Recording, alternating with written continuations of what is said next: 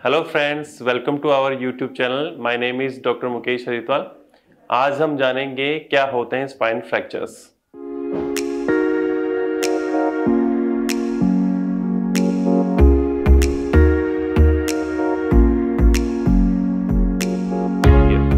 तो सबसे पहले जानेंगे कि हम स्पाइन के क्या पार्ट्स होते हैं। सबसे पहले होता है हमारा ऑक्सीपिटो सर्वाइकल जंक्शन, जो कि हमारी हेड और गर्दन का जंक्शन होता है। देन हमारे नेक के अंदर 7 बोन्स होती हैं जिसको बोलते हैं हम सर्वाइकल स्पाइन। देन हमारी पीठ के अंदर 12 बोन्स होती हैं जिसको बोलते हैं हम डोर्सल स्पाइन। देन हमारी लोअर बैक के अंदर 5 बोन्स होती हैं जिसको बोलते हैं हम लंबर स्पाइन।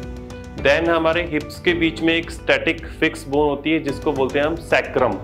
तो ये 5 पार्ट्स होते हैं स्पाइन के। इनमें कहीं भी फ्रैक्चर हो सकता है। Fracture could be either traumatic और non traumatic. Traumatic means fracture किसी ट्रॉमा से हुआ है। ट्रॉमा जैसे कि most commonly road traffic accidents में होता है, या फिर फॉल फ्रॉम हाइट मीन्स आदमी ऊपर से गिर गया है, या फिर कोई fall of heavy object means कोई भारी सामान अपने ऊपर गिर गया।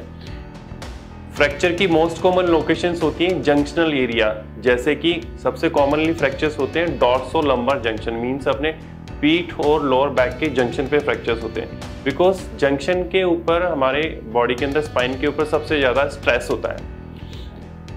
देन होते हैं non traumatic fractures. Non traumatic fracture means कोई भी ट्रॉमा नहीं हुआ है एंड पेशेंट को फ्रैक्चर हो गया। तो इसका पता कैसे चलता है? पेशेंट को कोई भी ट्रॉमा नहीं हुआ होता है लेकिन पेशेंट को बैक पेन हो रहा होता है, बहुत ज़्यादा बैक पेन हो रहा होता है। पेशेंट को उठने बैठने में बहुत ज़्यादा तकलीफ होती है। साइड टर्निंग में बहुत करवट, जब पेशेंट बेड में करवट बदलता है तो भी उसको बहुत ज़्यादा दर्द हो रहा होता है। चलने फिरने में दिक्कत आने लग जाती है। जब ऐसे पेशेंट हमारे पास आते हैं, preferably old age patient, then we have to investigate them because इनके अंदर नॉन ट्रॉमेटिक फ्रैक्चर हो सकता है। क्यों? और नॉन ट्रॉमेटिक फ्रैक्चर के कारण हो सकते हैं या तो ऑस्टियोपोरोसिस मीन्स बोन वीक है, ओल्ड एज में फीमेल्स में या मेल्स में बोन वीक है जिसके कारण स्पॉन्टेनियस फ्रैक्चर हो गया है, या फिर ये किसी डिजीज के कारण हो सकता है। डिजीज में जैसे कि इन्फेक्शन हो सकता है बोन के अंदर, इन्फेक्शन के कारण बोन गल जाती है और अपने आप टूट जाती है और फ्रैक्चर हो जाती है, या फिर बोन के अंदर कोई neoplastic disease means cancer kind of disease हो सकती है जिसके कारण बोन जो है वीक हो जाती है और फ्रैक्चर हो जाती है।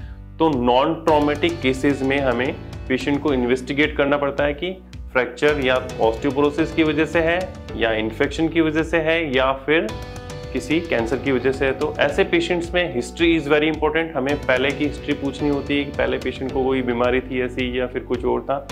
देन हमें पेशेंट की MRI एडवाइस करनी पड़ती है। तो MRI में हमें काफ़ी हद तक अंदाज़ा लग जाता है कि फ्रैक्चर किस वजह से है, ये ऑस्टियोपोरोसिस की वजह से है या इन्फेक्शन की वजह से है, ट्यूमर की वजह से है। समटाइम्स ऐसा सिनेरियोज होते हैं, there is very much confusion, very much doubt कि किस वजह से है। तो then we have to take biopsy from the spine, from the affected bone, we send it to laboratory and then हमें पता चलता है कि किस वजह से ये फ्रैक्चर है। तो आज हमने जाना कि क्या होते हैं स्पाइन फ्रैक्चर्स। नेक्स्ट वीडियो में हम जानेंगे कि क्या होता है इनका ट्रीटमेंट। Thank you.